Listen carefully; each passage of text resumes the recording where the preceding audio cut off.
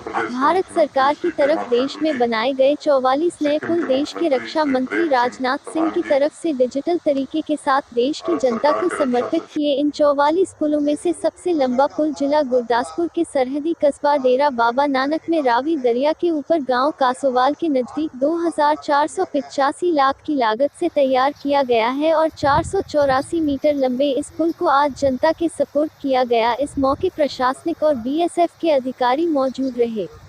वहीं इस मौके गुरदासपुर के एडीसी तजिंदर पाल सिंह संधू और बीएसएफ के अधिकारी अमिताभ मिश्रा ने बताया कि रावी दरिया पर तैयार किए गए इस स्थायी पुल से यहां इस इलाके के किसानों को फायदा पहुंचेगा। वहीं इस कस्बे के नजदीक चीन पाक सरहद पर ड्यूटी देने वाले बीएसएफ के जवानों को भी आने जाने में सहूलत मिलेगी। वहीं उनका कहना था कि यह कस्बा भी ऐतिहासिक है क्योंकि 1965 और 1971 की जंग में यह रास्ता बहुत अहम रहा है और अब यह पुल जो सभी 44 पुलों में से सबसे लंबा पुल है जिसकी लंबाई 484 मीटर है। इस पुल की वजह से रावी दरिया पार जिन किसानों की कृषि जमीन पड़ती है उनको फायदा तो मिलेगा ही, साथ में देश की सेना बीएसएफ के जवानों को भी आने जाने में सहूलत मिलेगी। डेरा बाबा नानक से सलाम तारी की रिपोर्ट। क्षेत्र के सामाजिक आर्थिक विकास अच्छा असर पड़ रहा है। उत्तरी सिक्किम के सीमा और संगठनों को अधिक से अधिक सुविधा और आधुनिक उपकरण उपलब्ध कराएं। और हमारी सरकार ने यह सुनिश्चित किया है कि पिछले वर्षों की भांति जो हमारी स्ट्रेटेजिक के लिए बॉर्डर ऑर्गेनाइजेशन को समुचित धनराशि उपलब्ध कराई है।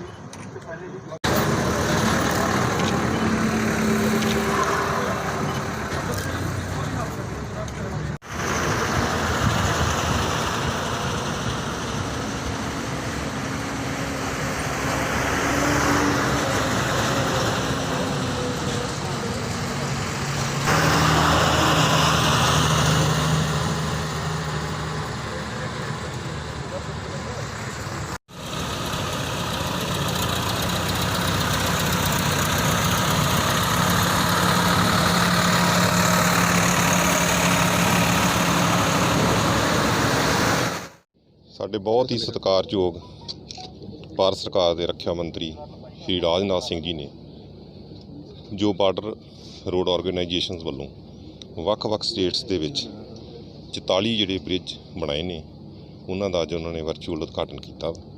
ਉਸ ਸੰਬੰਧ ਵਿੱਚ ਜਿਹੜਾ ਅੰਮ੍ਰਿਤਸਰ ਦੇ ਵਿੱਚ ਗੁਰਦਾਸਪੁਰ ਕਸੋਵਾਲ ਬ੍ਰਿਜ ਆ, ਅਸੀਂ ਉੱਥੇ ਇਸ ਵੇਲੇ ਮੌਜੂਦ ਆ। ਇਹ ਜਿਹੜੇ ਬ੍ਰਿਜ ਜਿੱਥੇ ਆਰਮੀ ਵਾਸਤੇ ਵੀ ਬਹੁਤ ਮਹੱਤਵਪੂਰਨ ਨੇ, ਉੱਥੇ ਨਾਲ ਦੇ ਨਾਲ ਹੀ ਜਿਹੜੀ ਸਾਡੇ ਸਿਵਲੀਅਨ ਨੇ ਉਹਨਾਂ ਦੇ ਵੀ ਆਉਣ ਜਾਣ ਵਾਸਤੇ ਜਿਹੜੀ ਬਹੁਤ ਸਹੂਲਤ ਹੋਏਗੀ ਕਿਉਂਕਿ ਲੰਮੇ ਸਮੇਂ 'ਤੇ ਉਹਨਾਂ ਨੂੰ ਬਹੁਤ ਜ਼ਿਆਦਾ ਮੁਸ਼ਕਿਲ ਆਉਂਦੀ ਸੀ।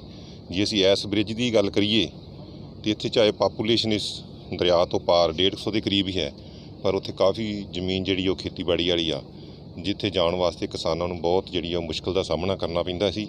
ਸਪੈਸ਼ਲੀ ਜਦੋਂ ਕੋਈ ਸਾਡਾ ਰੇਨੀ ਸੀਜ਼ਨ ਆਉਂਦਾ ਹੈ ਉਦੋਂ ਤੇ ਬਹੁਤ ਜ਼ਿਆਦਾ ਮੁਸ਼ਕਿਲ ਹੁੰਦੀ ਸੀ। ਇਸ ਬ੍ਰਿਜ ਦੇ ਨਾਲ ਉਹਨਾਂ ਨੂੰ ਜਿਹੜਾ ਬਹੁਤ ਜ਼ਿਆਦਾ ਫਾਇਦਾ ਹੋਊਗਾ, ਉਹ ਆਪਣੀਆਂ ਫਸਲਾਂ अपनी ज़मीनों की देखभाल कर सकते हैं तो उन्होंने जी आमदनी भी जरा चोखा वादा। ब्रिज का सवाल है, आपको ऐतिहासिक रूप से पता है कि यहाँ पर 2 बार 1965 और 1971 में लड़ाई हुई। ये एक इनक्लेव का इलाका है जो कि घिरा हुआ है।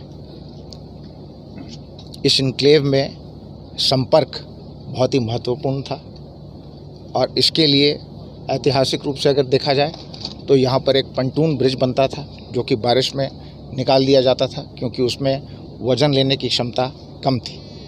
इसीलिए इस ब्रिज का निर्माण हुआ। जहाँ तक टेक्निकल स्पेसिफिकेशन में जाएँ, आपका सवाल था, सबसे लंबा ब्रिज 484 मीटर जो आज 44 ब्रिज समर्पित किए गए हैं, उनमें से हमारे किसानों के लिए, किसान भाइयों के लिए बहुत उपलब्धियाँ हैं। इसमें कई हज़ार एकड़ की ज़मीन 35 स्क्वायर किलोमीटर के इनक्लेव में उस उपजाऊ ज़मीन का फ़ायदा नहीं उठा सकते थे, फ़ायदा उठाएंगे जैसे कमिश्नर साहब ने भी बताया। साथ साथ में हमारे सैनिकों के लिए, हमारी सेना के लिए, उनके लाइन ऑफ कम्युनिकेशन, उनकी साजो सामग्री, उनका सामान के लिए ये बहुत इम्पोर्टेंट है। जहाँ तक टाइम का सवाल आया, डीजी साहब ने बताया, आपने सुना कि इसमें बहुत सारी चुनौतियों का सामना करना पड़ा।